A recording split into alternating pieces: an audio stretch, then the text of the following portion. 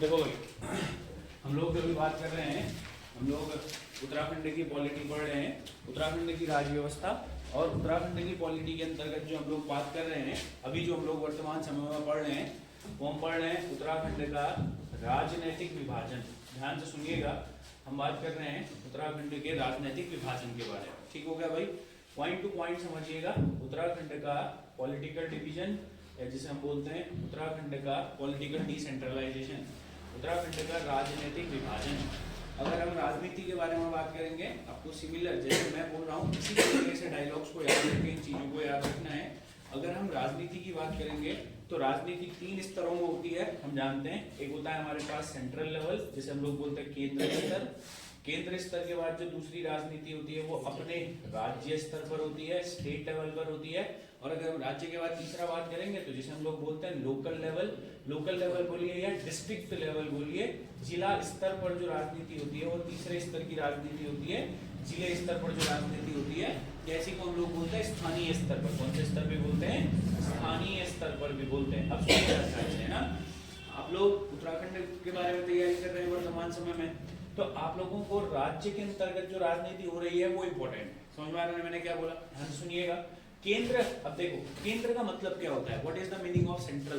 तो मैंने आपको क्या बताया था भाई कि जहां पर से पूरा देश चलेगा वो एक संकल्पना है। ऐसा थोड़ी है कि केंद्र कोई एक जगह है, केंद्र एक क्या है, बस एक कल्पना है, परिकल्पना है। समझ में आ रहा है ना? तो सेंटर एक कॉन्सेप्ट है। सेंटर मतलब क्या है भैया, जहां पर से पूरी कंट्री रन होती है। अगर पूरी कंट्री रन होती है तो सेंट्रल गवर्नमेंट या केंद्र सरकार वह लोग बनाएंगे, केंद्र स्तर से वह लोग चीजों को कंट्रोल करेंगे जहां पर को पूरे क्षेत्र का प्रतिनिधित्व होगा। जहां पर को पूरे देश से लोग चुनकर जाते हैं उसको केंद्र बोलते हैं। तो सिंपल सी बात है, अगर पूरे देश से जाते हैं तो उत्तराखंड से भी जाएंगे, जाएंगे कि नहीं जाएंगे? तो हमने आपको बताया था सेंटर में 2 हाउसेज होते हैं, राज्यसभा एंड लोकसभा। अभी से आदत डालो कि पहले तुम राज्यसभा बोलो फिर तुम लोकसभा बोलो, क्योंकि राज्यसभा का गठन पहले हुआ था, लोकसभा का गठन बाद में हुआ था। जब आप पढ़ेंगे बाद में तो आप पढ़ेंगे कि 1952 में पहले लगभग अगर हम बात करेंगे 1952 के स्टार्टिंग में राज्यसभा का गठन हुआ था, फिर जाके लोकसभा का गठन हुआ था। इसीलिए राज्यसभा को अपर हाउस, लोकसभा को लोअर हाउस भी बोलते हैं। समझ में आ रहा है ना? चलिए, राज्यसभा की अगर हम बात करेंगे तो राज्यसभा में हम जानते हैं हमारे राज्य से 3 लोग और लोकसभा में हमारे राज्य से 5 लोग जाते हैं। ठीक हो गया? ये हम लास्ट लेक्चर में बहुत अच्छे तरीके से डिस्कस कर पाए हैं, कहाँ से जाते हैं, कौन कौन लोग आज तक गए हैं, समझ में आ रहा है, कौन कौन लोग वर्तमान में, कब कब उनका कार्यकाल पूरा हो रहा है। फिर हम बात कर रहे हैं राज्य के बारे में। अब ध्यान से सुनिएगा बहुत अच्छे तरीके से भाई, ठीक है ना? मेन यही टॉपिक जो चल रहा है, हम लोग जो राज्य के बारे में पढ़ रहे हैं, हम पढ़ रहे हैं राज्य की विधानसभाओं के बारे में। अब आप एक बात जानते हैं, सन 2000 में हमारा राज्य बना था। हमारा राज्य कब बना था? सन 2000 में, 9 नवंबर सन 2000 को हमारा राज्य बना था। सन 2000 से लेकर के 2002 तक, ध्यान से समझना भाई, सन 2000 से लेकर के 2002 तक हमारे राज्य के अंतर्गत एक टेम्परेरी गवर्नमेंट, या मैं बोल सकता हूं एक अस्थायी सरकार के द्वारा कार्य किया गया। इसी को हम नाम देते हैं इंटरिम गवर्नमेंट, या आप इसको एक और नाम दे सकते हैं इंटरिम लेजिस्लेटिव असेंबली। चलो एक काम बताओ, अभी ध्यान से समझो, चलो इसको फिर समझते हैं। एक बात समझो, जैसे मैंने बोला केंद्र में राज्यसभा होता है और लोकसभा होता है, क्लियर हो गया ना? केंद्र में जैसे राज्यसभा होता है और लोकसभा, वैसे ही राज्य के अंतर्गत जो होता है उसको बोलते हैं विधानसभा। उसको क्या बोलते हैं? विधानसभा। और मेनली हम ये राज्य में उत्तराखंड के बारे में बात कर रहे हैं, बाकी राज्यों से हमें कोई मतलब नहीं है। समझ में आ रहा है ना? अभी के लिए कोई मतलब नहीं है। Legislative assembly, legislative assembly, legislative assembly, इसको बोलते हैं विधानसभा। इसको क्या बोलते हैं? विधानसभा। और आपको यह पता होना चाहिए, अब देखो हमारा राज्य बना था सन 2000 के अंतर्गत, तो 2000 से लेकर के 2002 तक, 2000 से लेकर के 2002 तक हमारे यहाँ पर को जिन लोगों ने शासन किया या जिसने सरकार चलाई उसको बोलते हैं हम इंटरिम लेजिस्लेटिव असेंबली। उसको हम क्या बोलते हैं? इंटरिम लेजिस्लेटिव असेंबली, या इसी को बोला जाता है अंतरिम विधानसभा। इसको क्या बोला जाता है? अंतरिम विधानसभा। अंतर विधानसभा का अगर हम मतलब आपको बताएंगे, अंतरिम का मतलब मैं आपको पहले भी बता चुका हूं, जिसका मतलब होता है कुछ समय के लिए। अंतरिम का मतलब क्या होता है? कुछ समय के लिए। तो अंतरिम विधानसभा है हमारे पास। अगर हम बात करेंगे अंतरिम विधानसभा का, अब देखो तुम जानते हो कोई भी विधानसभा होती है वो 5 साल तक के लिए रहती है, मगर सर ये बस 2 ही साल के लिए क्यों थी? तो मैंने आपको बताया था कि जो ये लोग थे, जिन लोगों ने अंतरिम विधानसभा बनाई थी, वो उत्तर प्रदेश सरकार से डायरेक्ट यहाँ आए हुए थे जब हमारा राज्य अलग हुआ था। जब आप पिछले लेक्चर देखेंगे तो आपको एग्जैक्ट समझ में आएगा कि हुआ क्या है। समझ में आ रहा है ना? अभी हम इसको बार बार एक्सप्लेन नहीं करेंगे, बस आपको इतना याद रखना है कि पहले के 2 साल तक हमारे यहाँ पर कोई एक अस्थायी विधानसभा के द्वारा कार्य किया गया। जो यूपी के लोग थे वही लोग यहाँ पर को आए, समझ में आ रहा है ना, और उनका जो बचा हुआ कार्यकाल था उन्हीं लोगों ने अपना क्या किया, यहाँ पर को कार्यकाल पूरा किया। और हमारे यहाँ पर को बहुत अच्छा क्वेश्चन ध्यान से समझना, हमारे यहाँ पर को 2002 में पहली विधानसभा का गठन हुआ। और आप जानते हैं कभी भी जो विधानसभाएं होती है जो उनका कार्यकाल होता है वह 5 साल का होता है। तो अब ध्यान से समझना भाई, ये तो इंतरिम विधानसभा है। अगर हम यहाँ बात करेंगे तो यह होगी हमारे पास प्रथम विधानसभा, इस बात को समझना, यह होगी हमारे पास प्रथम विधानसभा, उसको बोलते हैं फर्स्ट लेजिस्लेटिव असेंबली। तो प्रथम विधानसभा की अगर हम बात करेंगे तो 2002 से लेकर के 2007 तक, समझ में आ रहा है ना। और इंतरिम वाली कब थी, 2000 से लेकर के 2002 तक। फिर अगर हम बात करेंगे सिमिलर तरीके से तीसरी विधानसभा कब से लेकर के कब तक होगी, 2007 से लेकर के 2012 तक होगी। फिर अगर हम चौथी विधानसभा के बारे में बात करेंगे तो 2012 से लेकर के 2017। और फिर अभी जो वर्तमान में चल रही है ये वाली जो इससे पहले वाली जो विधानसभा थी वो कब तक चली, 2022। चौथी विधानसभा, ये पहली, ये दूसरी, ये तीसरी और ये चौथी। और ये पांचवी विधानसभा 2022 से लेकर के 2027 तक जो अभी चल रही है, समझ में, जिसके चुनाव अभी भी हुए। तो कल हम इतना पढ़ चुके हैं, ये दोनों विधानसभाओं के बारे में हमने बात कर ली है। इंतरिम और प्रथम विधानसभा हम लोगों ने पढ़ दी है। आज जो हम लोग अभी देखो भाई, मैंने इसीलिए पूरा का पूरा समझा है, तो मैं डायरेक्ट तीसरी विधानसभा लेके भी बता सकता था, बट आप लोगों को पता चल गया कि हम पढ़ क्या रहे, समझ में आ रहा है ना। जिन लोगों ने इससे पहले वाली क्लासेस अटेंड नहीं करी है, आपको पता चल गया है कि हम पढ़ क्या रहे हैं और हमने कौन कौन सी विधानसभाएं पढ़ दी हैं। अभी हम लोग आगे की विधानसभाओं को पढ़ रहे हैं, ध्यान से समझिएगा। आज हम लोग तीसरी विधानसभा के बारे में बात करने वाले हैं, सेकंड लेजिस्लेटिव असेंबली के बारे में बात करने वाले हैं। ये इंतरिम है, मैं फिर कह रहा हूं ये इंतरिम, और इंतरिम शब्द का अर्थ होता है कुछ समय के लिए, अंतरिम शब्द का अर्थ होता है कुछ समय के लिए, समझ में आ रहा है मैंने क्या बोला। तो ये हो गया, ये भी हो गया। आज हम बात करने वाले हैं सेकंड लेजिस्लेटिव असेंबली, द्वितीय विधानसभा। चलो एक बार इसी चक्कर में पहली विधानसभा हल्का सा रिवाइज करवा दे रहा हूं आप लोगों को, ध्यान से सुनिएगा, ठीक हो गया ना। आप लोग बस आंसर बताइएगा, आप बताएंगे मुझे ये जो प्रथम विधानसभा थी ना सर, प्रथम विधानसभा, ये हम डिस्कस कर चुके हैं, ये प्रथम विधानसभा से बनने वाले क्वेश्चन है। इसके इलेक्शन किस दिन हुए, इलेक्शन वेरी गुड 14 फरवरी 2000। अब एक क्वेश्चन आपके पेपर में आएगा, अच्छा उससे पहले ना देखो भाई, आप लोगों को जिन लोगों को नहीं पता है, यहाँ पर को हर सैटरडे को मॉक टेस्ट होता है, ठीक है, हर सैटरडे को। आप लोगों को तो नया बैच है, पिछले महीने तो पिछले हफ्ते तो सैटरडे से एक दिन 2 दिन जस्ट पहले बैच स्टार्ट हुआ था, तो सैटरडे को मॉक टेस्ट नहीं था। मैंने आपको परीक्षावाणी का एक चैप्टर दिया हुआ था, याद है आप लोगों को, उत्तराखंड के पर्यटन स्थल वाला चैप्टर दिया था, समझ में आ रहा है ना। मेन उसी चैप्टर से पूरे के पूरा पेपर बनेगा। इस बार बस आपके मॉक टेस्ट में एक ही चैप्टर दे रहा हूँ परीक्षावाणी का, और उसको अच्छे तरीके से पढ़ के आना, समझ में आ रहा है ना मैंने क्या बोला, अच्छे तरीके से, मतलब समझते हो ना, हाँ ठीक है। जिन लोगों को नहीं पता है मेरे को क्लास के लास्ट में याद दिला देना, मैं आपको एक और बार बता दूंगा, ठीक है ना। 2 दिन है भी आपके पास, अब तो हाथ फिजिकल हो गया, तुम्हारा काम बस पढ़ने का है, समझ में, जैसे जैसे मैं पढ़ा रहा हूँ वैसे वैसे पढ़ते जाओ, कैसा रहेगा, बहुत बढ़िया रहेगा, मेरे को पता है। तो इधर देखो, इलेक्शन कब हुए थे भाई बताओ। अब एक बार बताओ, इससे पहले कभी हमारे यहाँ इलेक्शन हुए, इलेक्शन हुए कदो नहीं हुए। तो अगर आपसे कभी पूछेगा कि राज्य के अंतर्गत प्रथम चुनाव किस दिन आयोजित करे गए थे, तो आपका आंसर है 14 फरवरी 2002। इस बार रिजल्ट इसी के 2 दिन बाद आ गया था, हमें उससे कोई मतलब नहीं है। 2 दिन बाद जब रिजल्ट आया, तो रिजल्ट आने के बाद आप जानते हैं क्या होता है भाई, जो मुख्यमंत्री पद का चेहरा होता है उसको मुख्यमंत्री बनाते हैं। और आप जानते हैं, अच्छा एक बात चलो उससे पहले बताओ मेरे को, ये जो इंतरिम विधानसभा है, इंतरिम विधानसभा, इसमें कितने मुख्यमंत्री रहे थे, 2, समझ में आ रहा है ना, पहले नित्यानंद स्वामी और दूसरे भगत सिंह कोश्यारी, याद है आप लोगों को, बहुत बढ़िया। फिर हमने बात करी थी प्रथम निर्वाचित विधानसभा के बारे में, ये हो गया। फिर हमने बात करी हुई थी इसके जो मुख्यमंत्री बने वो कौन बने थे,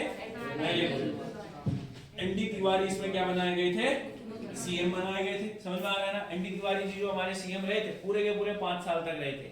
और एनडी तिवारी हमारे यहाँ पर वो मुख्यमंत्री बनने के बाद किस राज्य के राज्यपाल बने, आंध्र प्रदेश। मैंने आपको बताया था 2007 में ही उनका कार्यकाल पूरा हुआ एज ए सीएम, और 2007 में उनको आंध्र प्रदेश का क्या नियुक्त कर दिया, राज्यपाल नियुक्त कर दिया। क्लियर हो गया ना, चलिए याद है आप लोगों को।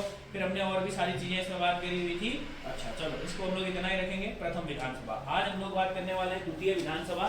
तो यहाँ पर से चीजों को बहुत अच्छे तरीके से सुन लीजिएगा, क्योंकि ये इंपॉर्टेंट है दोस्त, पेपर में कुछ भी उठा देगा, पूछ देगा। और थोड़ा सा इजी, मतलब इजी भी नहीं कहेंगे इसको, बट फिर भी ये इजी होता है, मतलब स्कोरिंग होता है, सारे लोग स्कोर कर लेते हैं, ज्यादा दिक्कत नहीं है, ठीक है। चलिए अब सुनते रहिएगा बहुत अच्छे तरीके से। द्वितीय विधानसभा, second legislative assembly of Uttarakhand, second legislative assembly of Uttarakhand. विधानसभा में सीटें कितनी है, 70 सीटें हैं। अगर आपसे कभी पूछा जाएगा कि प्रथम परिसीमन कब हुआ था, फर्स्ट डेलिमिटेशन, पहला परिसीमन कब हुआ था, पूछा जाएगा तो बताइए कब कब हुआ था? हैं 5 नवंबर 2001। 2001 के अंतर्गत प्रथम परिसीमन हुआ था, ये आप लोगों को याद रखना है। और चलिए, अच्छा ये तो हमने इससे पहले प्रथम विधानसभा पढ़ी ना। प्रथम विधानसभा का एक महत्वपूर्ण कार्य क्या था? क्या था? हाँ, उत्तरांचल का नाम बदल कर क्या करना था sir? Yes, very good, Uttarakhand करना था। ठीक है, अब समझते हैं द्वितीय विधानसभा के बारे में। याद रखना है, जो द्वितीय विधानसभा का कार्यकाल है आप जानते हो, इट इज फ्रॉम 2007 टू 2012, 2007 से लेकर के 2012 तक है। अब सुनते रहना एक एक करके पॉइंट वाइज, ठीक हो गया। जो इसमें अगर हम लोग बात करेंगे तो आपको एक बहुत अच्छा पॉइंट याद रखना है। अच्छा, वो वाला इलेक्शन तो पहले वाले में याद रखेंगे। हाँ, हर विधानसभा के चुनाव की तारीख याद रखनी आपको जरूरी नहीं है, पहले वाले विधानसभा के चुनाव की तारीख रखनी याद है। ठीक है, बताओ तो पहली विधानसभा में महिलाएं कितनी थी? 4, दूसरी में 4, तीसरे में 5, चौथे में 5 और छठे में 5वें में 8। गए हो तुम? है? अरे गधो, 4 4 5 5 8 याद रखना है। हाँ, चलो अभी याद करा देंगे भाई, फिर से तुम इधर देखो। तो जो द्वितीय विधानसभा थी, इसमें अगर हम बात करेंगे, आपको एक अच्छा क्वेश्चन बना के देते हैं। इस वाली विधानसभा के लिए जो इलेक्शन हुए थे, ध्यान से सुनना, इस वाली विधानसभा के लिए जो इलेक्शन हुए थे वो 69 सीटों पर हुए थे। कितनी सीटों पर हुए थे? 69 सीटों पर। एक बाजपुर सीट थी जहां पर को कुछ कारणों चुनाव नहीं हुए थे। द्वितीय विधानसभा जो थी, इस वाली विधान, हमें पता है 70 सीट्स है हमारे यहाँ पर को, है ना? 70 सीटें कल तुम्हें मैंने याद कराई थी, याद है तुम लोगों को? कल लास्ट में 70 सीटें याद कराई थी ना। हाँ, चलो बताओ एक बार 70 सीट्स कौन कौन सी हमारे यहाँ पर को? 70 सीट्स कल हमने डिस्कस किया हुआ था कि 70 सीट्स कौन कौन सी हैं, और मैंने आपको बोला भी था आप अपनी बेस बुक से इन सीट्स के बारे में एक बार हल्का सा देख लेना भाई। ये जो 70 सीट्स हैं, कैसे बताया था रखिए, गढ़वाल में कितनी सीटें थी? कितनी थी? Very good, 41। कुमाऊं में कितनी थी? 29। अब इधर सुनो ध्यान से अच्छे तरीके से, ये कल हमने बात कर दिया था, क्योंकि जो अंतरिम विधानसभा थी ना 2000 से 2002 वाली, उसने पहली बार परिसीमन करवाया था। ठीक है, अभी आप इतना याद रखो, ये 70 सीट्स को आपको कैसे याद रखना है। अब जिन लोगों के आज पहली क्लास है, तुम लोगों को पहले के लेक्चर्स एक बार देख लेने पड़ेंगे। ठीक है भाई, पहले के लेक्चर्स देखो, एप्लीकेशन पर ऑलरेडी अपलोडेड है, ऐप डाउनलोड कर लेना। ठीक है ना, क्लास के एंड में एक बार के लिए रुक जाना, मैं आपको बता दूंगा कि कैसे बैच को ज्वाइन करना है। ठीक है ना, मैं आपको ऐड कर दूंगा बैच में। इससे पहले के 5-6 लेक्चर जितने भी हुए उन लेक्चर्स को देख लीजिएगा। ठीक है दोस्त, फिलहाल इधर देखिए। अभी तो गढ़वाल में 41 सीट्स हैं, कुमाऊं में 29 सीट्स हैं, ये 70 सीटों में से। समझ में आ रहा है मैंने क्या बोला?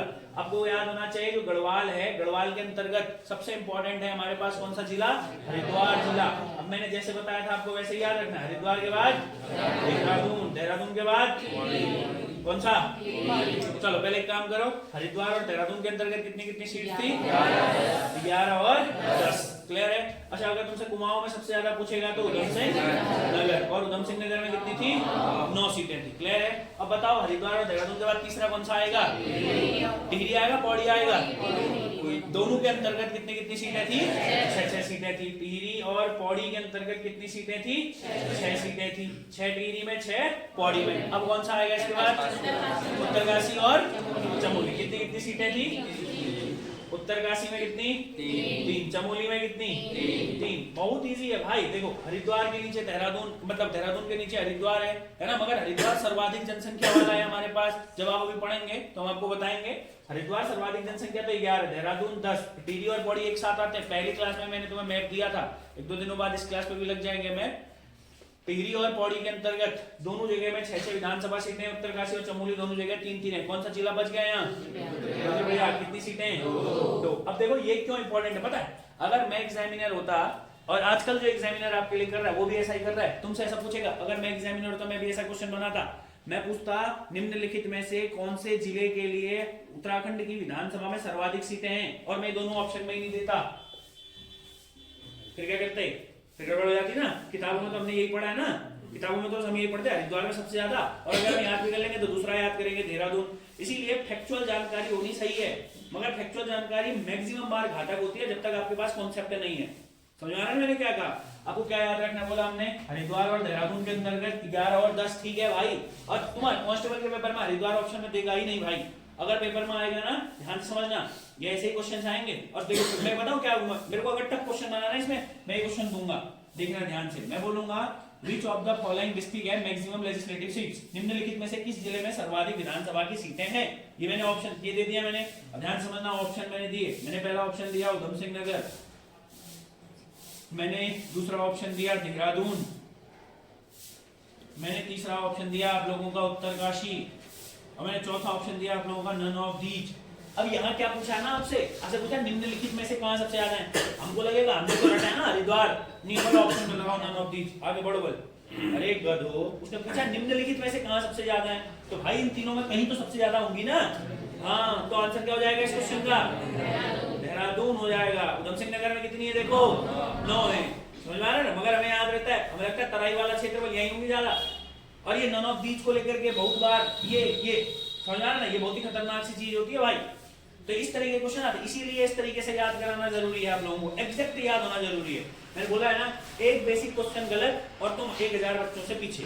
एक बेसिक क्वेश्चन, एडवांस क्वेश्चन की तो बात ही नहीं है, बेसिक क्वेश्चन का पूरा खेल आपको याद रखना है, ठीक है। जैसे हम बता रहे तोड़ मरोड़ के, जैसे आपको बेटर लगता है चीजों को वैसे याद रखिए, ठीक है दोस्त।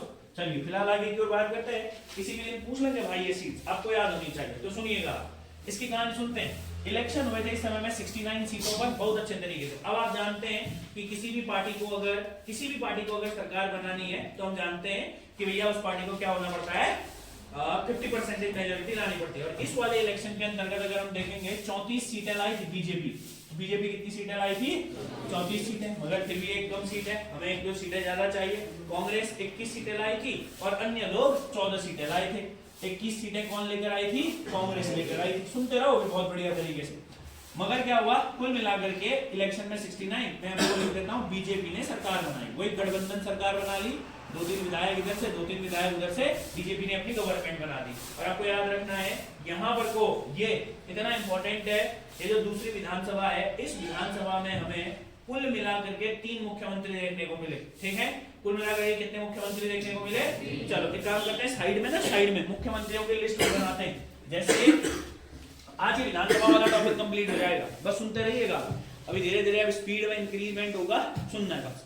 इधर देखो जरा, मैं यहाँ पर कोई एक शब्द लिख रहा हूँ इंतरिम। इंतरिम का मतलब समझ जाओगे तुम, है ना। इंतरिम का मतलब क्या हुआ सर? 2000 से लेकर के 2002। और बोला करो रे गधो, ये पहला है, ये दूसरा, फिर उसके बाद 2002 से 2007 तक, फिर 2007 से लेकर के 2012। अब देखो इधर, अभी लिस्ट बनाएंगे बहुत बढ़िया तरीके से। 2012 से लेकर के 2017, 17 से लेकर के 22, ठीक है भाई, 2017 से 22, फिर 2022 से लेकर के अभी 2027। अब देखो, अब ये सीएम की लिस्ट है, आपको मैं लिख देता हूँ सीएम। जितने भी यहाँ को लिखेंगे वो सारे सीएम होंगे हमारे राज्य के, ठीक है। अब इधर देखो, इंतरिम विधानसभा के अंतर्गत कितने थे? बल 2।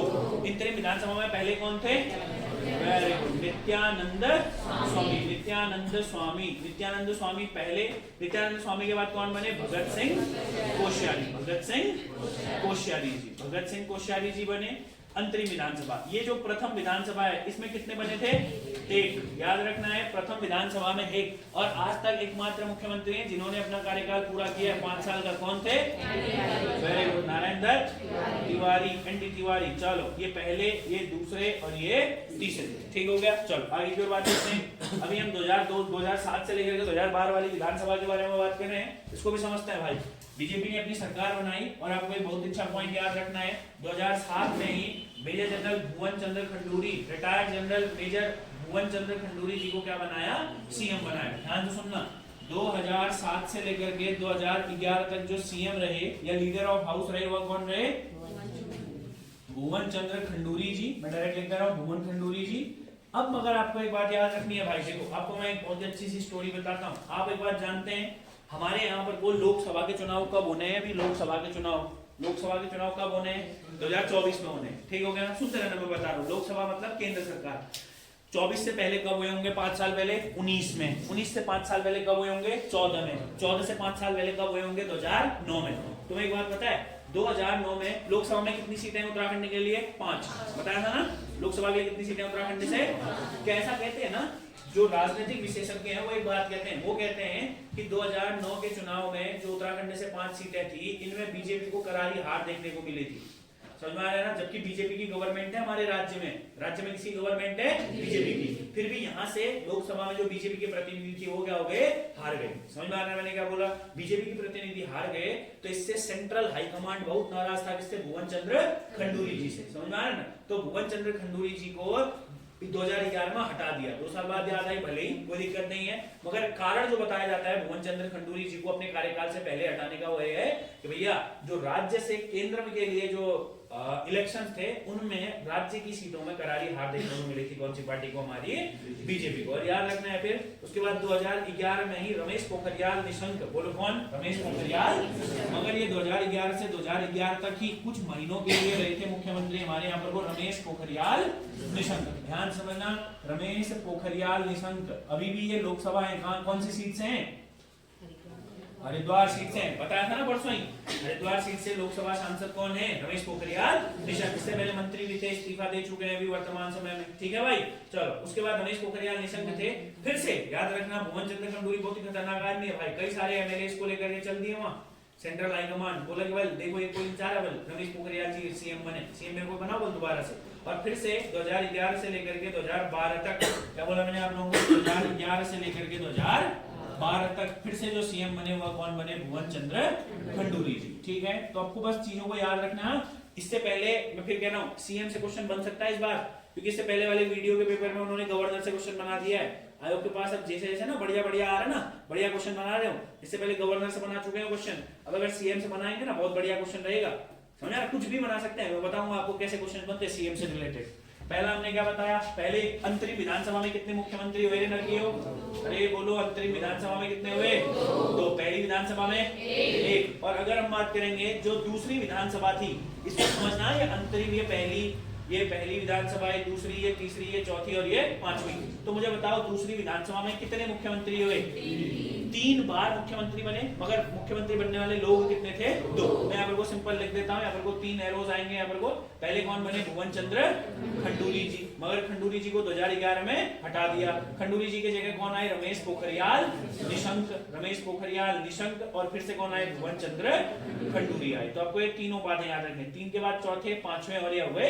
चलो पहला पॉइंट क्लियर हुआ। अभी बस हमने सीएम के बारे में बात करी हुई है, इलेक्शन 69 सीट पर हुए, ये आपके लिए इंपॉर्टेंट नहीं है, सीएम हो गए। अब आप 2 इंपॉर्टेंट चीजें जानते हैं, ठीक है। अब एक अच्छा सा क्वेश्चन है, याद रखना, ये इस बार क्वेश्चन आ सकता है, मैं एग्जामिनर हूंगा ना, मैं एक क्वेश्चन दूंगा इस बार, मैं आपसे पूछूंगा अभी, बट फिलहाल के लिए समझो। अब जिन लोगों ने पहले पढ़ा होगा उनको तो याद ही है भाई, एक जब भी क्या होता है, जब भी हमारे यहाँ पर नए इलेक्शन होते हैं, सबसे पहला काम होता है प्रोटेम स्पीकर का। किसका काम होता है, प्रोटेम स्पीकर। बताओ इंतरिम में कौन थे, इंतरिम में गाजी मोहम्मद मोइनुद्दीन। पहले में कौन थे, पहले में प्रोटेम स्पीकर,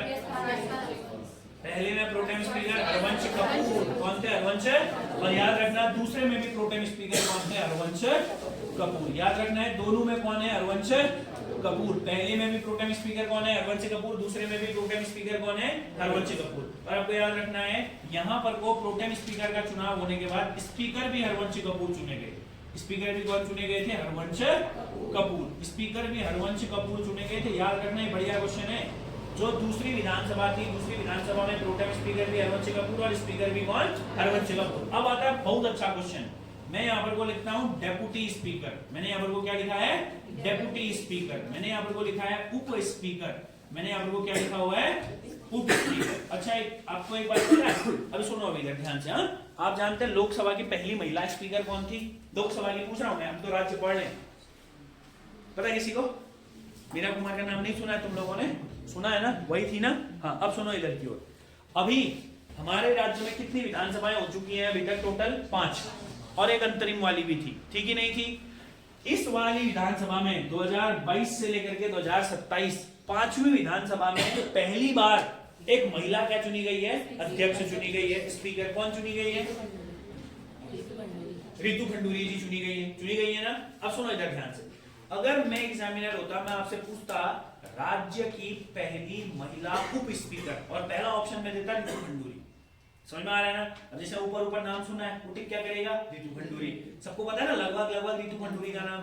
मगर मैंने क्या बोला, राज्य की पहली महिला उप स्पीकर। मैंने स्पीकर बोला, स्पीकर तो इस बार चुनी गई है 2012 से लेकर के 2022 से लेकर के 2027 वाले में, मगर याद रखना जो ये दूसरी विधानसभा है, दूसरी विधानसभा के अंतर्गत पहली बार राज्य के अंतर्गत किसी महिला को क्या बनाया, हमारे उप स्पीकर बनाया, जिनका नाम क्या था, विजया बर्थवाल। बहुत इंपॉर्टेंट क्वेश्चन है, अगर पेपर में आएगा राज्य की पहली महिला उप स्पीकर, क्या नाम दोगे, विजया बर्थवाल। और राज्य की पहली महिला स्पीकर तो अभी बनी रितु खंडूरी। दो क्वेश्चन क्लियर हुए। अरे क्या बोला मैंने आपको, जैसे लोकसभा होता है, लोकसभा में एक स्पीकर होता है और एक डेप्यूटी स्पीकर होता है, वैसे विधानसभा में भी क्या होता है, एक स्पीकर होता है और एक डेप्यूटी स्पीकर होता है। और डेप्यूटी स्पीकर पहले के अंतरिम में नहीं बनाया था किसी को भी, पहले में भी नहीं बनाया था। पहली बार जो डेप्यूटी स्पीकर बनाया वो कौन से में बनाया, द्वितीय विधानसभा में। तो आपको याद रखना है डेप्यूटी स्पीकर कौन बनाई गई थी समय में, विजया बर्थवाल। किसको बनाया गया था, विजया बर्थवाल। अच्छा क्वेश्चन है ये, पहली महिला लिख लेना, पहली महिला उप स्पीकर किसको बनाया गया था, विजया बर्थवाल। और ये कौन सी विधानसभा के अंतर्गत थी, तो दूसरी विधानसभा। कौन सी विधानसभा के अंतर्गत थी, दूसरी विधानसभा। और एक और लास्ट पॉइंट हम इसके अंतर्गत लिख लेते हैं, और वो लिख लेते हैं हम लीडर ऑफ अपोजिशन। अपोजिशन के, अपोजिशन समझते हैं, लीडर ऑफ अपोजिशन, विपक्ष के नेता। अरे कहां के नेता रे, हरक सिंह रावत। इस वाली सरकार में विपक्ष के नेता थे हरक सिंह रावत। अभी काफी न्यूज पढ़ते इलेक्शन से पहले हरक सिंह रावत जी, आप जानते हैं, ठीक है ना। इस बार तो इनकी मेरे ख्याल से बहू ने भी इलेक्शन लड़ा हुआ था, ठीक है, वो हम बाद में बात करेंगे। वर्तमान विधानसभा के अंतर्गत क्या आपको द्वितीय विधानसभा समझ में आई। अभी द्वितीय विधानसभा के थोड़े बहुत इंपॉर्टेंट काम है जिनको हम बात करने वाले हैं। द्वितीय विधानसभा थोड़ा सा ज्यादा इंपॉर्टेंट है हमारे लिए, जिसका कार्यकाल 2008 से लेकर के 2007 से लेकर के 2012 तक है। देख लीजिए, अगर किसी को इतने में किसी को कोई भी डाउट है तो आप पूछ सकते हैं। एक बढ़िया सा क्वेश्चन इस बार वीडियो के पेपर में क्वेश्चन आया था, उसी को हम थोड़ा सा डिस्कस करते हैं। हाँ, फिलहाल अब एक बहुत बढ़िया टॉपिक आता है जिसे हम बोलते हैं द्वितीय विधानसभा के काम। समझ में आ रहा है ना क्या बोल रहा हूं मैं, द्वितीय विधानसभा के काम। अभी इधर देखो, काम याद है तुम्हें, ये तो सीएम तो याद ही है सबको, याद है ना सबको सीएम। अरे याद हो रहा है गधो। हाँ, मैं क्या बोलता, पूरा फोकस इधर की ओर। समझ में आ रहा है ना।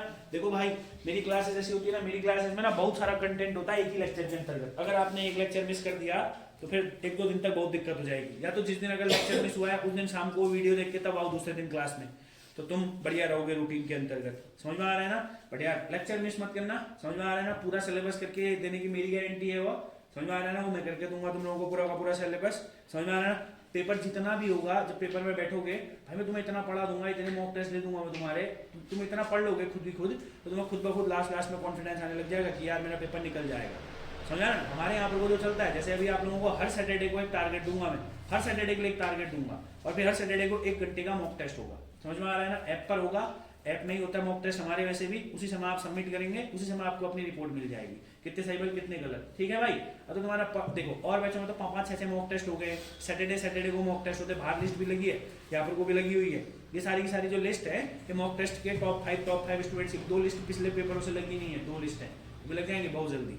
ठीक है, तो बस आप पढ़िए, आपका काम बस पढ़ना है, जैसे हम पढ़ा रहे हैं वैसे पढ़िए। एक काम सुनिए इधर, ये जो पहली अंतरिम विधानसभा है, अंतरिम विधानसभा के कितने काम थे नरगियो? 2। यहाँ नाम लिख रहा हूं मैं, अंतरिम विधान, ये रिवाइज भी कराते रह रहा हूं साथ साथ। अंतरिम विधानसभा के कितने काम थे? 2। एक काम था इसका परिसीमन करवाना। एक काम क्या था इसका? परिसीमन मतलब क्या है ना, सीटों को फिक्स करना। किसको फिक्स करना? सीट। उस समय तो हमने यूपी से लिए थे ना 30 लोग, हमने यूपी वालों से बोला था 30 लोग आ जाओ राज्य चलाने के लिए। इस समय में बस 30 लोगों ने चलाया था। फिर यहाँ 70, यहाँ 70, यहाँ 70, यहाँ 70, यहाँ 70, कहां से आए 70? 30 से 70 कैसे हुए? परिसीमन के द्वारा। किसके द्वारा हुए? परिसीमन के द्वारा। और दूसरा अंतरिम विधानसभा का काम क्या था सर? राजधानी का चयन करना। क्या काम था इसका? राजधानी का चयन करना। और इसने फिर क्या किया? राजधानी के चयन के लिए कौन सा आयोग बनाया था? दीक्षित आयोग में सदस्य कितने थे? 1 था, याद रखना। हाँ, दीक्षित आयोग के अध्यक्ष का नाम क्या था? वीरेंद्र दीक्षित। कभी कभी ना पेपर में आएगा दीक्षित आयोग के अध्यक्ष का नाम क्या था, है ना, ऑप्शन देगा वहां पर, वो फिर खतरनाक ऑप्शन देता है भाई। समझ आ रहा है मैंने क्या बोला? तो वीरेंद्र दीक्षित भी आप लोगों ने याद रखना है। चलो, फिर हमने ये पहली विधानसभा पढ़ी। पहली विधानसभा के काम थे कुछ, एक ही काम था, इसने राज्य का नाम क्या किया था? परिवर्तन। राज्य का नाम परिवर्तन। सबसे ज्यादा इंपॉर्टेंट है कामों के मामले में दूसरी विधानसभा। कामों के मामले में सबसे इंपॉर्टेंट कौन सी विधानसभा है? चलो तुम मुझे एक बात बताओ, भुवन चंद्र खंडूरी को किस चीज के लिए जाना जाता है उत्तराखंड के इतिहास के अंतर्गत, राजनीतिक इतिहास में किस चीज के लिए जाना? भुवन चंद्र खंडूरी जी को। ये बहुत ही ऑनेस्ट आदमी थे। समझ में आ रहा है मैंने क्या बोला? अगर हम भुवन चंद्र खंडूरी जी के बारे में बात करेंगे, न खाएंगे न खाने देने वाले टाइप के आदमी थे, है ना। यही कारण भी था कि इनको हटाया भी गया, मगर भले ही राजनीतिक कारण कुछ और दिए गए, मगर भुवन चंद्र खंडूरी बहुत ही खतरनाक आदमी थे। तो अब दूसरी विधानसभा के काम सुनना, कांस्टेबल वालों तुम तो सुनना ही सुनना, जिसका ऐसा है पटवारी तुम ज्यादा कान खोलकर सुनना, ठीक है? सुनिएगा बहुत अच्छे तरीके से भाई। दूसरी विधानसभा के कार्य, पहली विधानसभा क्लियर, दूसरी विधानसभा में विजया बर्थवाल क्या थी? विजया बर्थवाल उप स्पीकर। विजया बर्थवाल क्या थी? उप स्पीकर। पहली महिला स्पीकर तो अभी बनी है, समझ में आ रहा? पहली, बस इतना याद रख लो तुम, पहली महिला उप स्पीकर कौन थी? विजया बर्थवाल। बोलो गधो, पहली महिला उप स्पीकर कौन थी? बोलो विजया बर्थवाल क्या थी? राज्य की पहली महिला उप स्पीकर। डेप्यूटी स्पीकर पहली महिला राज्य की कौन थी? विजया बर्थवाल। और पहली महिला स्पीकर कौन है? रितु खंडूरी। अगर डिटेल में क्वेश्चन बनाएगा एग्जामिनर तो तुमसे पूछेगा विजया बर्थवाल कब से कब तक उप स्पीकर रही, तो बोल देना दूसरी विधानसभा में रही। और नंबर को याद रखना है कैसे लेवल दूसरी विधानसभा में, अंतरिम तो 2002 तक थी, 2002 से 7 तक पहली, 7 से 12। क्लियर है भाई? इतना याद हो जाएगा। रितु खंडूरी क्या थी? बोलो पहली महिला स्पीकर। और पहली महिला उप स्पीकर विजया बर्थवाल। रितु खंडूरी अभी 2022 से 2027 और विजया बर्थवाल 2007 से 2012। चलो अब भूलना नहीं भाई।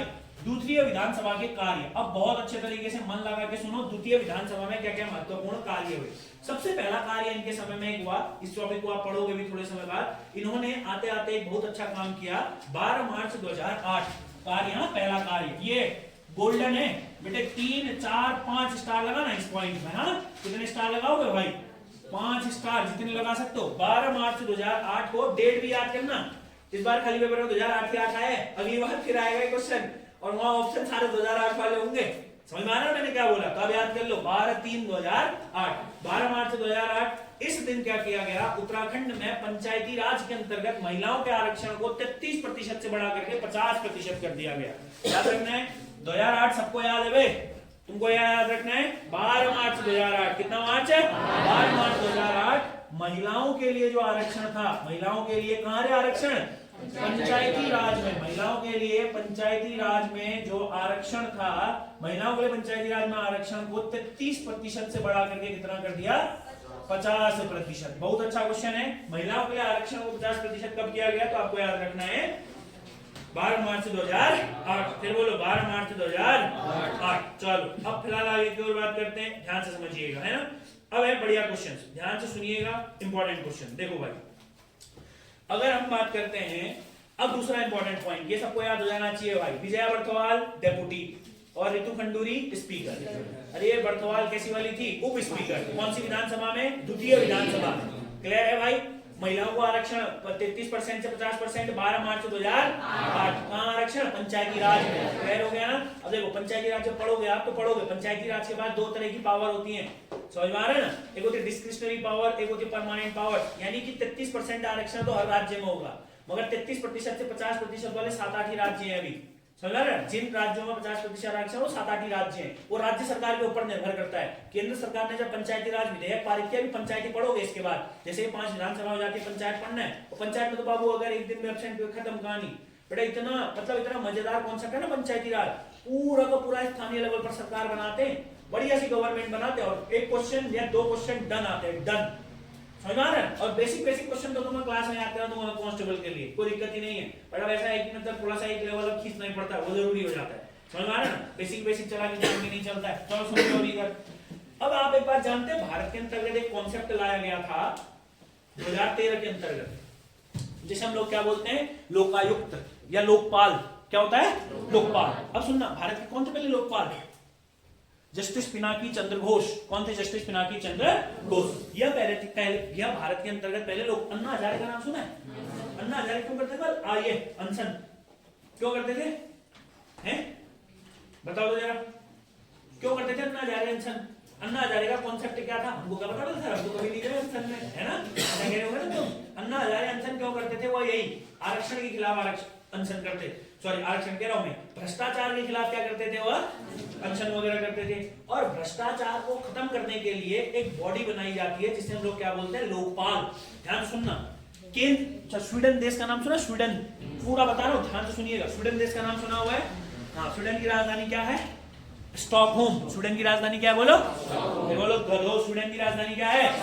हाँ तो सुनो, स्वीडन एक देश है स्वीडन देश ने सबसे पहले अपने देश में एक बॉडी बनाई, ध्यान से सुनना पूरी कहानी, अपने देश में एक संस्था बनाई। और स्वीडन 1809 की बात है यार, उस देश ने इसलिए ऐसी अपने लिए एक ऐसी संस्था बनाई जिस संस्था का काम था भ्रष्टाचार का पता लगाना। क्या बोला मैंने आप लोगों को? जिस संस्था का काम था भ्रष्टाचार का पता लगाना, भ्रष्टाचार के क्षेत्र में कार्य करना, भ्रष्टाचार को कम करना। समझ में आ रहा है ना? तो जो सबसे पहले, और इस संस्था को कहा जाता है लोकपाल। क्या कहा जाता है? लोकपाल। फिर बोलो क्या कहा जाता है? लोकपाल। ये स्वीडन में सबसे पहले शुरू हुआ। फिर क्या हुआ? हमारे भारत के अंतर्गत एक व्यक्ति हुआ करते थे एल एम सिंघवी। कौन हुआ करते थे? L M Singhvi. क्लियर हो गया ना? जब आप पढ़ेंगे PIL वगैरह तब भी इनके बारे में हम बात करेंगे।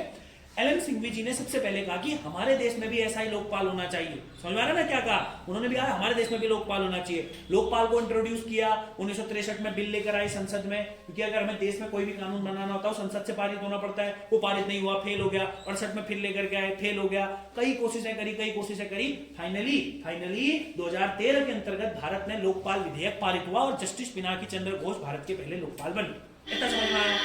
कोई डाउट है? कहां से आया लोकपाल? स्वीडन से आया। लोकपाल किसके लिए काम करता है? Anti corruption body. क्या बोला मैंने? Anti corruption body. समझ में आ रहा है? भ्रष्टाचार पर जो नजर रखता है, भ्रष्टाचार को जो रोकता है।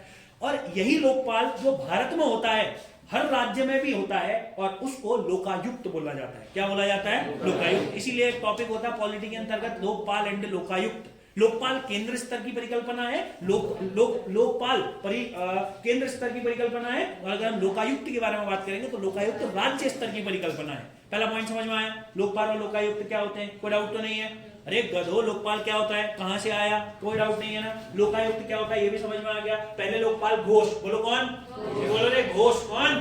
घोष, पिनाकी चंद्र घोष। बोलो कौन? भारत के पहले लोकपाल है। भारत के पहले लोकपाल कौन है? पिनाकी चंद्र। फिर बोलो पिनाकी चंद्र घोष। अब ध्यान से समझिएगा, इंपॉर्टेंट क्वेश्चन, बहुत अच्छे तरीके से देखिएगा। अब अगर हम बात करते हैं हमारे यहाँ के बारे में, उत्तराखंड के बारे में, 2-3 इंपॉर्टेंट पॉइंट ध्यान से समझिएगा। देखो, अगर आपसे कभी पूछा जाएगा उत्तराखंड राज्य का पहला लोकायुक्त विधेयक, क्या बोला मैंने आपको? उत्तराखंड राज्य का पहला लोकायुक्त विधेयक, उत्तराखंड राज्य का प्रथम लोकायुक्त विधेयक, उत्तराखंड राज्य का प्रथम लोकायुक्त विधेयक, उत्तराखंड राज्य का प्रथम लोकायुक्त विधेयक। ध्यान समझना, first Lokayukta act of Uttarakhand, first Lokayukta act of Uttarakhand. अब वही है ना, ध्यान से समझिएगा। मतलब क्या है? वहां स्टार्ट हो गया लोकपाल भारत में स्टार्ट हो गया, मतलब फाइनली 2013 में अपॉइंट किया। लोकपाल तो पहले से चल रहा था, समझ आ रहा है मैंने क्या बोला? 1968 से चल रहा था, मगर जो बिल पारित हुआ वो फाइनली कब हुआ? 2013 में हुआ भारत में। और हमारे यहाँ पर को जो पहला बिल लेकर के आए, वो लेकर के आए 2011 में मेजर जनरल भुवन चंद्र खंडूरी जी। क्या बोला मैंने आपको? खंडूरी जी की कैसी इमेज थी? न खाएंगे न खाने देने वाला आदमी, समझ ना?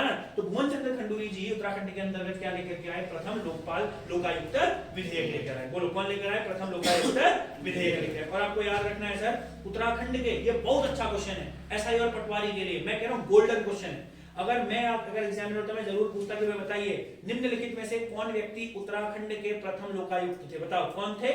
SHA रजा। कौन थे? SHA रजा, उत्तराखंड के प्रथम लोकायुक्त। क्या बोला मैंने आपको? उत्तराखंड के प्रथम लोकायुक्त। आपको याद रखना है रजा साहब थे, बस आपको रजा साहब याद रखने हैं। SHA रजा साहब उत्तराखंड के प्रथम लोकायुक्त थे। और द्वितीय लोकायुक्त किसको बनाया गया था? घिरलियाल जी को बनाया गया था। किसको बनाया गया था? घिरलियाल जी। समझ में आ रहा है मैंने क्या बोला? किसको बनाया गया था सर? घिरलियाल जी। अब क्या हुआ? अब ध्यान से समझो, ये बढ़िया क्वेश्चन है, बहुत अच्छे तरीके से समझना। अब मैंने क्या बोला? ये जो भुवन चंद्र खंडूरी जी थे ना, 2011 में जब ये लोकायुक्त विधेयक लेकर आए थे, ऐसा भी इतना खतरनाक लोकायुक्त विधेयक था, इसमें इतने प्रतिबंध थे, इतनी खतरनाक सी चीजें थी, हर कोई नेता डरता था भाई इस लोकायुक्त विधेयक से। खतरनाक लोकायुक्त विधेयक, समझ में आ रहा है ना? तो अब मेन बात है, जब भुवन चंद्र खंडूरी जी चले जाएंगे, अगले नेता आएंगे। आदमी नेता इसीलिए बनता है आजकल, है ना? 2 पैसे कमा लेंगे बल, है ना? 2 पैसे की जगह वो कितना गुना हो जाता हम भी नहीं समझ सकते हैं। समझ में क्या कह रहा हूँ? 2 पैसे कमा लेंगे बल। जब बाद में फिर दूसरी सरकारें आई तो आपको एक बहुत अच्छा चीज याद रखना है, बाद में 2013 के इलेक्शन में 2007 से लेकर के 2012 तक ये रहे, फिर उसके बाद 2012-13 के इलेक्शन में, फिर उसके बाद तो हमारे पास अगले व्यक्ति आ गए, और उनमें से एक व्यक्ति बहुत इंपॉर्टेंट है, विजय बहुगुणा। कौन है? विजय बहुगुणा। तो आपको याद रखना है, हम भले ही अभी द्वितीय विधानसभा के कार्य पढ़ रहे हैं, मगर ये क्वेश्चन बहुत अच्छा है, नोट करके आप लिख सकते हैं। 2014 के अंतर्गत द्वितीय लोकायुक्त विधेयक लाया गया, द्वितीय लोकायुक्त विधेयक। तो आपको याद रखना है द्वितीय लोकायुक्त विधेयक कब लाया गया? 2014। क्यों लाया द्वितीय लोकायुक्त विधेयक? अरे नरगियो, वो लोकायुक्त विधेयक तो काम करने जैसा ही नहीं था, खत्म थी कहानी। क्या करेंगे नेता बन के भी अब?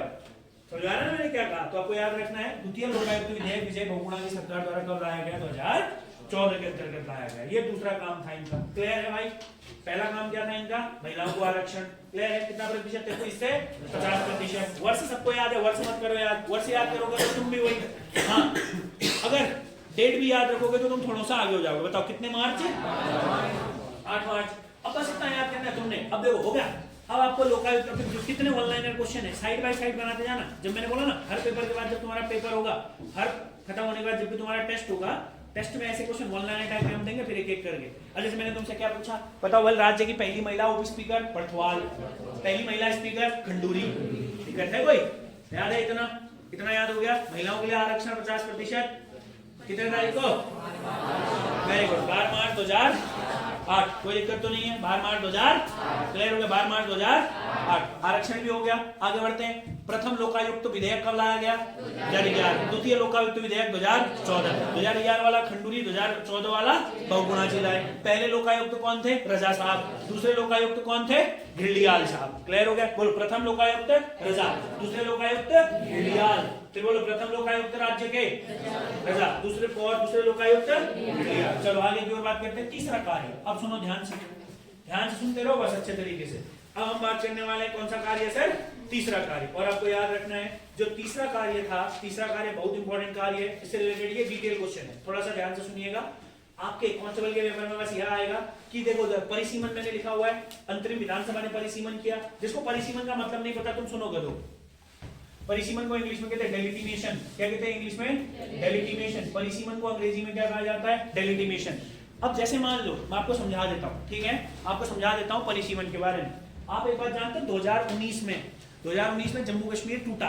जम्मू कश्मीर कब टूटा? 2000। जम्मू कश्मीर पूरा का पूरा एक राज्य हुआ करता था। 2019 में जम्मू कश्मीर रीऑर्गेनाइजेशन एक्ट, जम्मू कश्मीर पुनर्गठन अधिनियम लाया गया और जम्मू कश्मीर को दो भागों में बांट दिया। जम्मू कश्मीर एक राज्य से दो केंद्र शासित प्रदेश बनाए, लद्दाख और जम्मू कश्मीर। क्लियर हो गया ना? अब एक बात बताओ, जैसे मान लो पहले तक जम्मू कश्मीर एक राज्य था, तो क्या है राज्य में विधानसभा भी होगी। अरे होगी कि नहीं होगी? मतलब बढ़िया चल रहा था। अब भाई राज्य को तोड़ दिया है, लद्दाख अलग चलेगा, जम्मू कश्मीर अलग चलेगा। तो भाई लद्दाख में कितनी सीटें होंगी, जम्मू कश्मीर में कितनी सीटें होंगी? वैसे तो आप जानते हो यूनियन टेरिटरी का मतलब क्या होता है? यूनियन टेरिटरी का केंद्र शासित प्रदेश, ऐसी जगह जहां पर को शासन कहां से हो? केंद्र से हो। जैसे अगर आज उत्तराखंड में यूनियन टेरिटरी होता तो हमारे यहाँ 70 विधायक नहीं होते। हाँ, या तो अगर हमारे यहाँ पर को हमें अर्ध राज्य का दर्जा दे दिया होता। जैसे अभी वर्तमान समय में ना कितनी यूनियन टेरिटरी है? कितनी यूनियन टेरिटरी? 8 जो यूनियन टेरिटरीज हैं आप लोगों की, उसमें से 3 यूनियन टेरिटरी ऐसी हैं, ध्यान से सुनना, अभी थोड़ा डिटेल जा रहा हूं। 3 यूनियन टेरिटरी ऐसी है जहां विधानसभा है।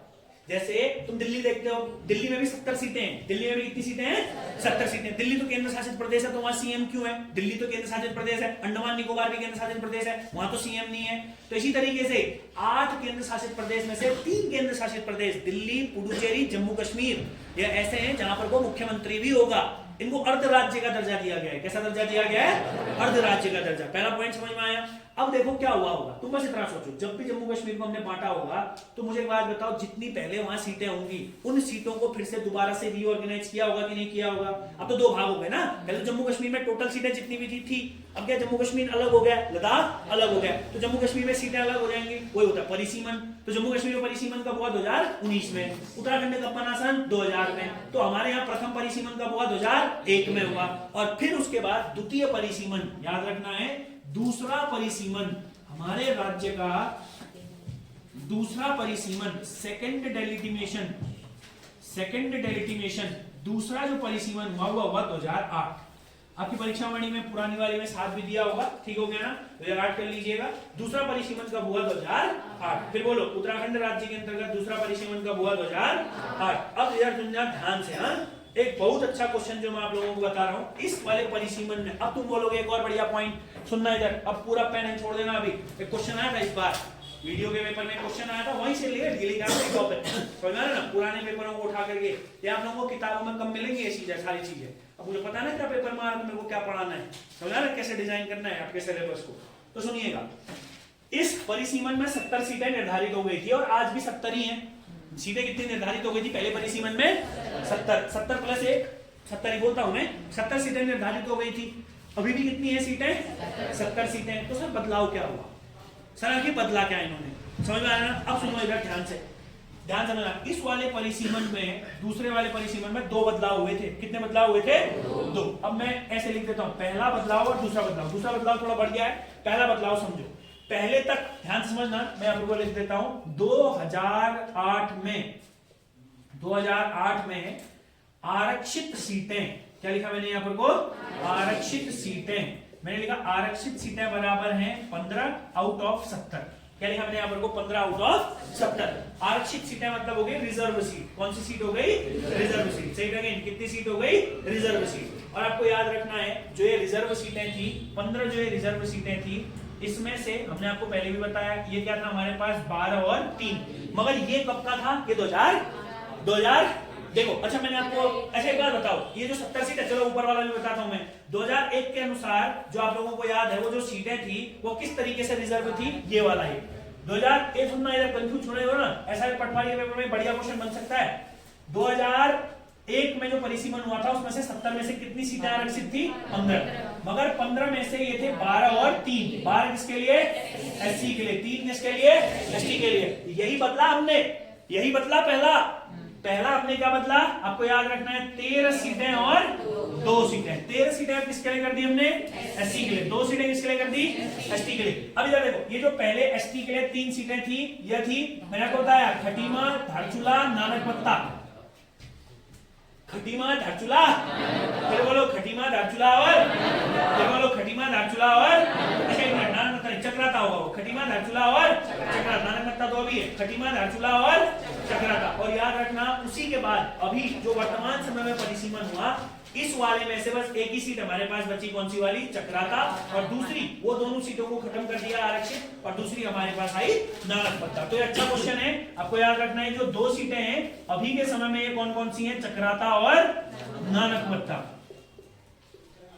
और अगर पूछेगा 2011 के परिसीमन के अनुसार तो इन दोनों में से कौन सी थी, तो आप लोगों को याद रखना है चक्राता। नानकमत्ता कब बनाई? हमारे यहाँ पर 2008 में बनाई। ये अच्छे पेपरों के लिए होगा, ठीक है। अब देखो, जब भी आपका कभी भी ये, अगर हम बात करेंगे, आप लोगों का कांस्टेबल का पेपर होगा, वहां यही पूछेगा कि एसटी के लिए कितनी है, एससी के लिए कितनी है। वो बस रिजर्व सीटें पूछ देगा, खत्म करेगा इतने में बात। मगर अगर आप थोड़ा अच्छा पेपर देंगे तो वहां ये पूछेगा 2001 के परिसीमन के अनुसार कौन सी है, तो वहां डिटेल में जाना पड़ेगा थोड़ा सा। समझ में आया? बड़े आगे की ओर कोई डाउट तो नहीं है इतने में। अब सर दूसरा बदलाव क्या हुआ? ये पेपर में आया था इस बार, ये आ सकता है अभी नहीं आया पेपर में। हाँ, दूसरा बदलाव सुनो, अभी मैं ऊपर लिख देता हूं, तो याद हो रहा है क्या क्या पढ़ रहे हैं हम? पहला लोकायुक्त विधेयक कब का है बताओ?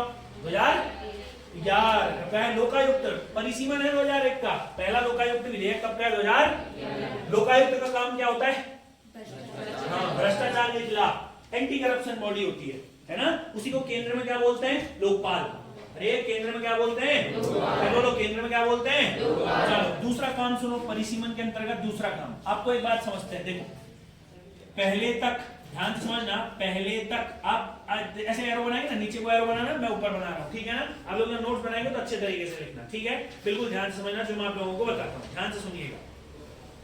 पहले तक जो पहाड़ के अंतर्गत हुआ करती थी, जो सीटें हुआ करती थी ना, पहाड़ और मैदानी क्षेत्र में अलग अलग सीटें थी। क्या बोला मैंने आपको?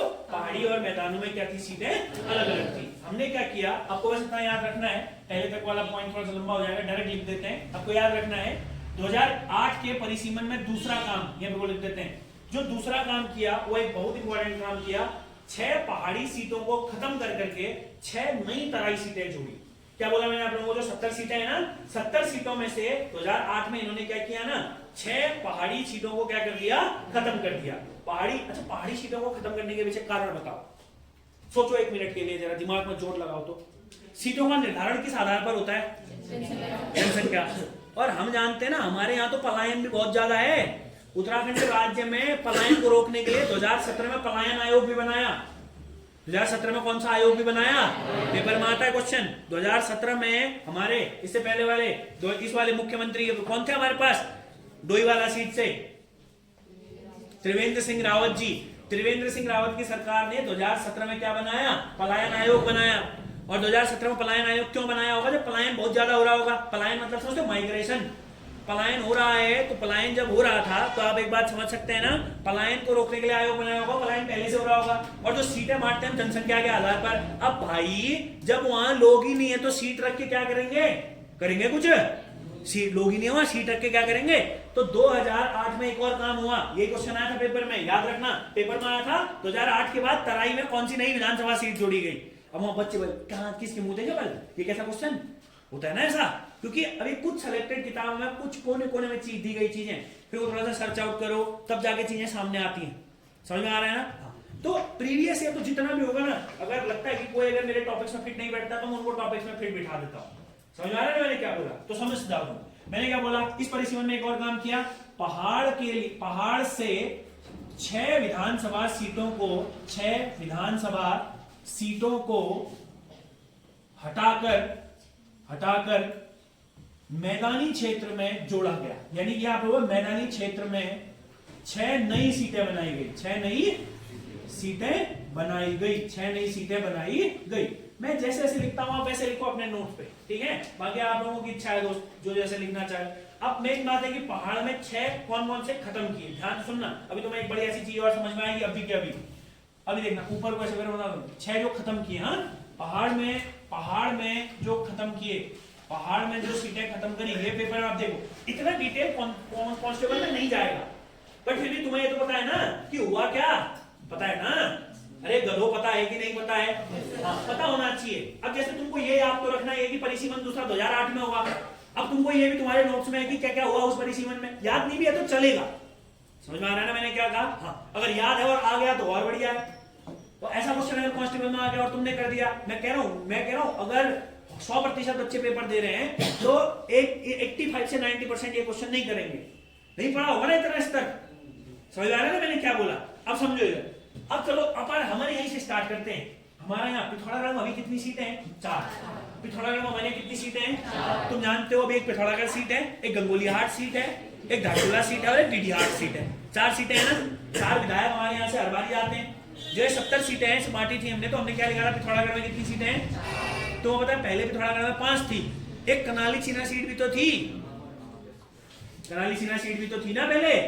हाँ, मयूख में जब एक बार विधायक रहे थे बहुत पहले, वो कौन सी सीट से थे? कनाली सीना सीट से थे। फिर जब पिथौरागढ़ सीट, जब कनाली सीना सीट खत्म हो गई तो उसके बाद ये इस सीट पर आए।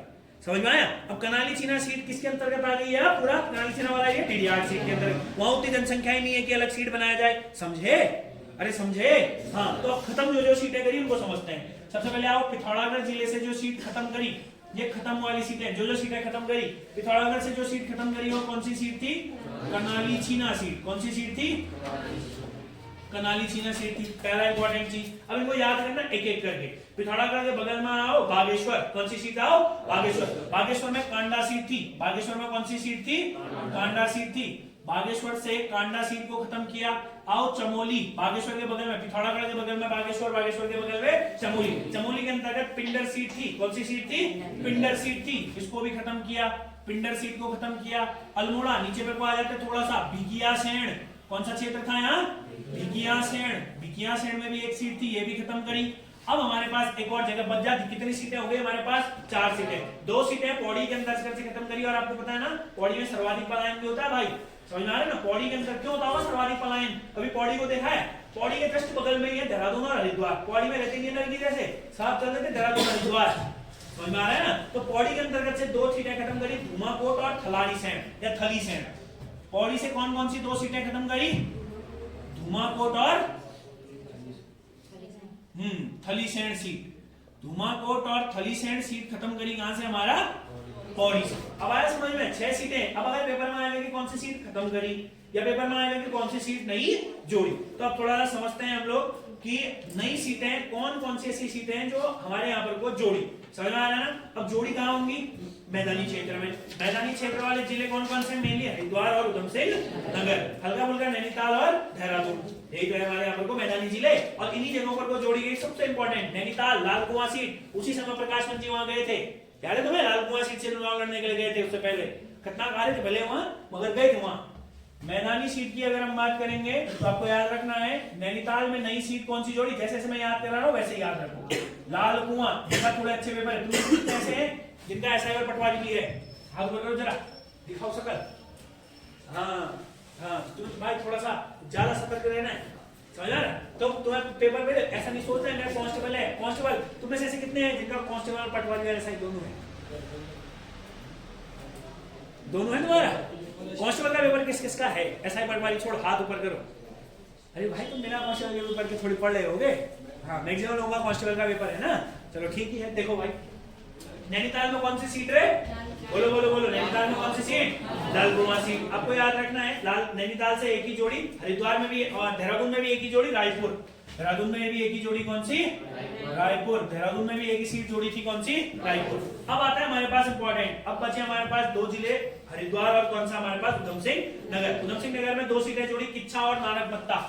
इंपॉर्टेंट है, किच्छा और नानकमत्ता। उधम सिंह नगर के अंतर्गत किच्छा और नानकमत्ता सीट, किच्छा और नानकमत्ता सीट। और उसके बाद फाइनली आ जाएगा हमारे पास कौन सा? हरिद्वार। हरिद्वार के अंतर्गत दो सीटें जोड़ी, एक हरिद्वार ग्रामीण जोड़ी और जो वहां का भारत इलेक्ट्रॉनिक वाला जो क्षेत्र है वहां पर को जिसे हम लोग भेल वाला रीजन बोलते हैं, हरिद्वार के अंतर्गत दो सीटें जोड़ी, एक हरिद्वार ग्रामीण क्षेत्र जोड़ा, हरिद्वार ग्रामीण क्षेत्र वहां पर को, और एक BHEL सीट जोड़ी। तो इन सीट्स को याद रखना दोस्त, पेपर में आएगा, ठीक है?